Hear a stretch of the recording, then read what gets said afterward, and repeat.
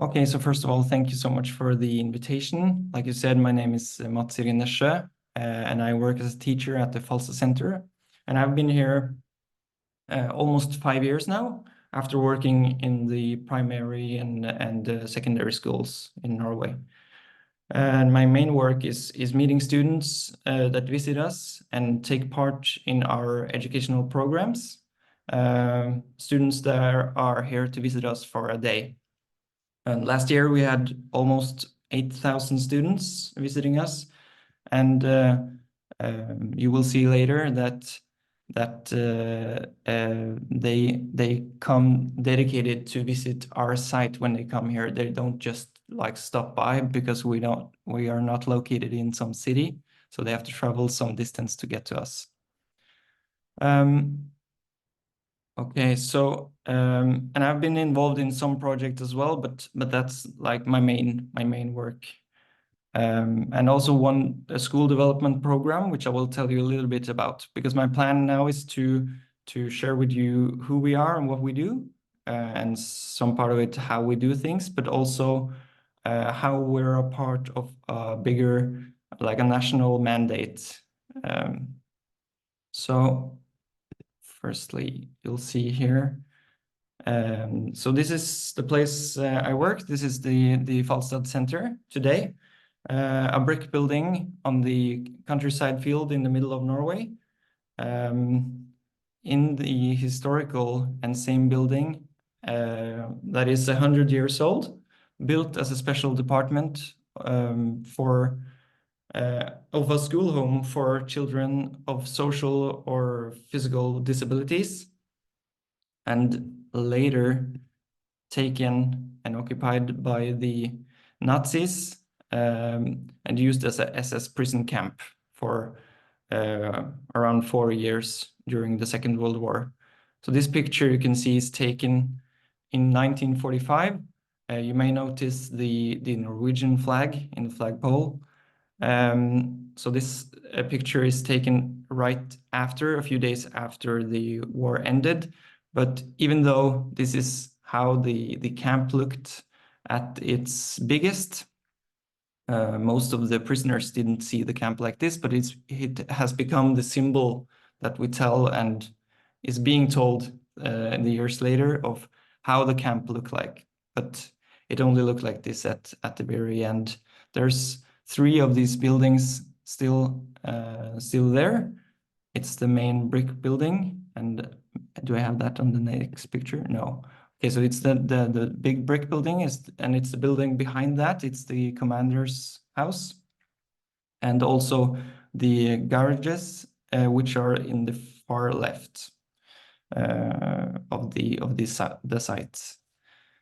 The rest of them were demolished and used to build up the local society and things that have been destructed during the war. The Falstad Center is a center for peace and human rights. It's 1 out of 7 independent foundations in the country, in Norway. And we have, even though we are independent, we have like a shared mandate to promote democratic values, but in our own way, based on what makes our place unique. Because you have one center based upon a historical event. You have a few of them based on historical sites of trauma, like the Falstad Center.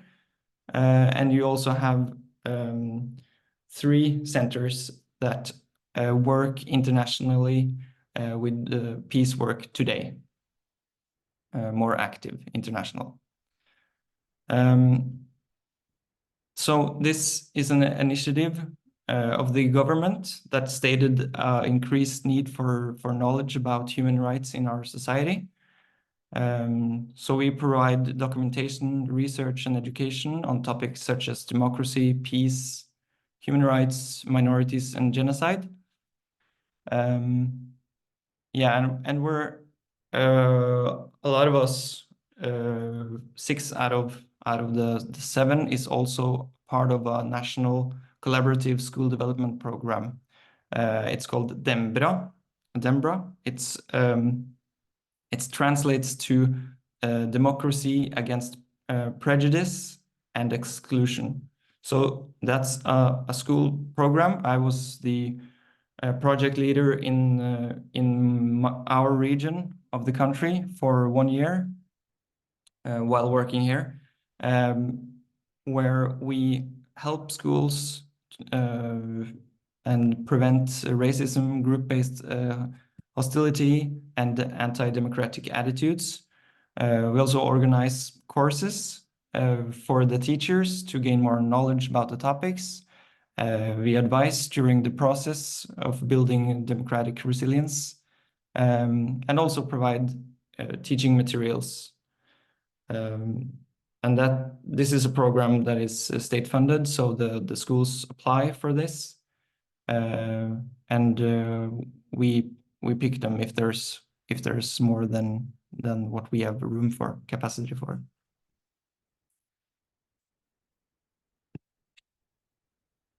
We're also a museum at the site. It's a meeting place for socially relevant topics. We have exhibitions and events in the buildings and outdoors area of what was the SS prison camp. And you can see the picture on the left is the commander's house today, which held the exhibition of we were called Faces of Power, where we take more on the role of the leaders of the camp during the war. You could see the same house in the top left corner of the picture on the right hand side. It was located just outside the outer area of the campsite.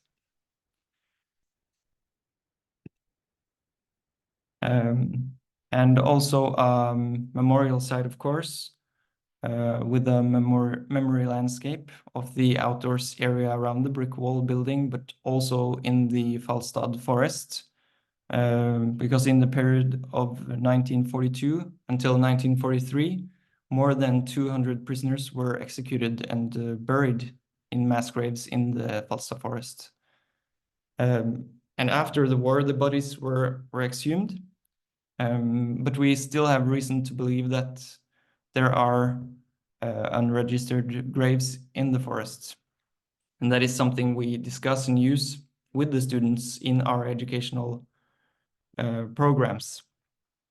How come we don't know how many were killed here 80 years later? We ask questions like that, and the answer is complex, but it also is dependent on the secrecy around the execution, because it was because of the war crimes. So the graves were hidden when they dug them and when they killed the prisoners here. And even some of the graves we believe to be trees planted over them. And this is something the students aren't aware of, because when they think of a burial site, they think of markings and symbols, but this is not the legacy or the site that was taken back in 1945. It was all hidden. The victims executed included 43 Norwegians, but the majority of the prisoners were prisoners of war from Yugoslavia and the Soviet Union. We believe that the site offers great educational potential, where we like to start our day with the students visiting, because it's to separate from the formalities of a classroom or rooms feeling or looking like a classroom, because if they were to enter the main brick building and to sit in chairs, it would we would think that it looks like a more exciting or cooler place than a classroom, but in the end it could feel like this traditional teacher. So it's to separate from that we like to start our day in the forest, and as well taking into consideration that they arrived by bus. So some of the students coming from the biggest city in our region, they are on the bus for at least an hour before and after taking part of the educational program. So it's nice to start with the fresh air, and there's a lot of things to look at in the forest. So it could feel safer as well. The picture on the left, the smallest one, is the markings of the graves in the forest, which were those symbols. The pyramids were established in the 60s for like a universal design of the memorial site in the forest.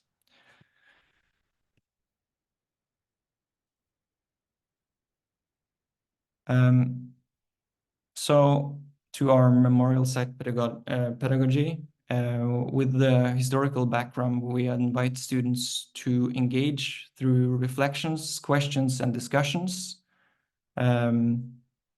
So I called it source material transparency. So what do we know and how do we know it? We engage the students to be with us on this critical thinking, to see that it's not like as easy as it's written somewhere and that's the facts, and it might vary or change through time.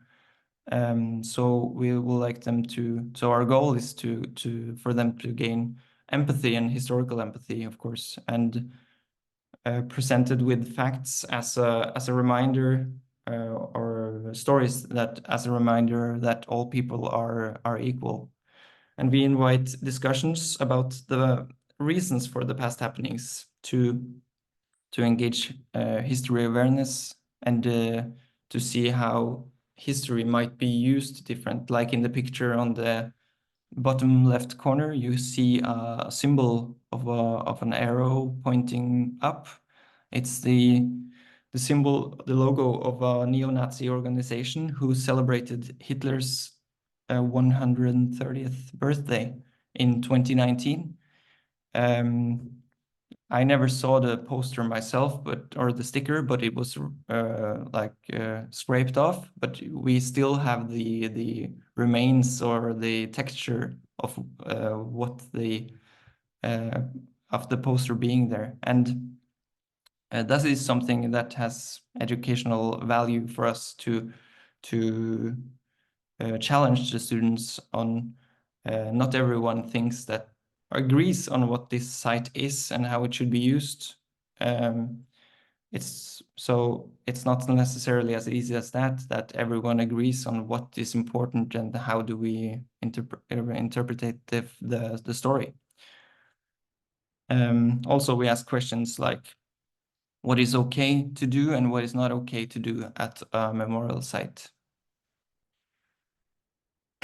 So, and analogies to today's problems, I called it because that is easy to have that as a goal or as a learning goal. We want to engage them to reflect on today's situations and see analogies and parallels and yeah, but that might also be a pitfall, I think, because there is there could be, you have to accept the premise that is a bigger moral of the story itself, and the story is great enough to prevent horrific events in the future by learning about them in the past. And if we set our goal as where we want to go, we want to discuss today, it could be like forced for some students or too early, and also the students have very big variety of background and situation themselves. Some come here and know a lot about the stories here, know very much about the Second World War history, and some come here and does not know anything at all, almost. And we don't have a relation to them before coming here, so we want them to feel like it's a safe place, and we wouldn't drag them through something that would potentially re-traumatize them because we don't know what they have been through. So it's kind of in the context of them visiting us for such a short period of time that we're not sure if how we're gonna take on this analogy to today's situation problem in the world. But yeah. So yeah, and finally, I would like to just to add some new perspectives that we have come across more often now than just if you go back a few years, we wouldn't see them at all. That students share not only their heroic family history, but also their difficult and potentially shameful stories. Like my grandfather or great grandfather was a Nazi, and could bring that out into discussion or to the room without any shame that you would think that they would have or they had before. And they would be eager to know if we have anything about them as well. Because what I didn't mention is the campsite was, or the site of the Falstad Center today was also right after the war used as a prison camp for the Norwegian collaborators with the Nazis after the war. So some of the Norwegian Nazis that could have been have been here, and students are eager to learn about them as well. And what does that have to say for our education and new learning possibilities? We don't know yet, but I'm sure there is, and we would like to work more on that. So I think that was it. Yeah. Thank you so much.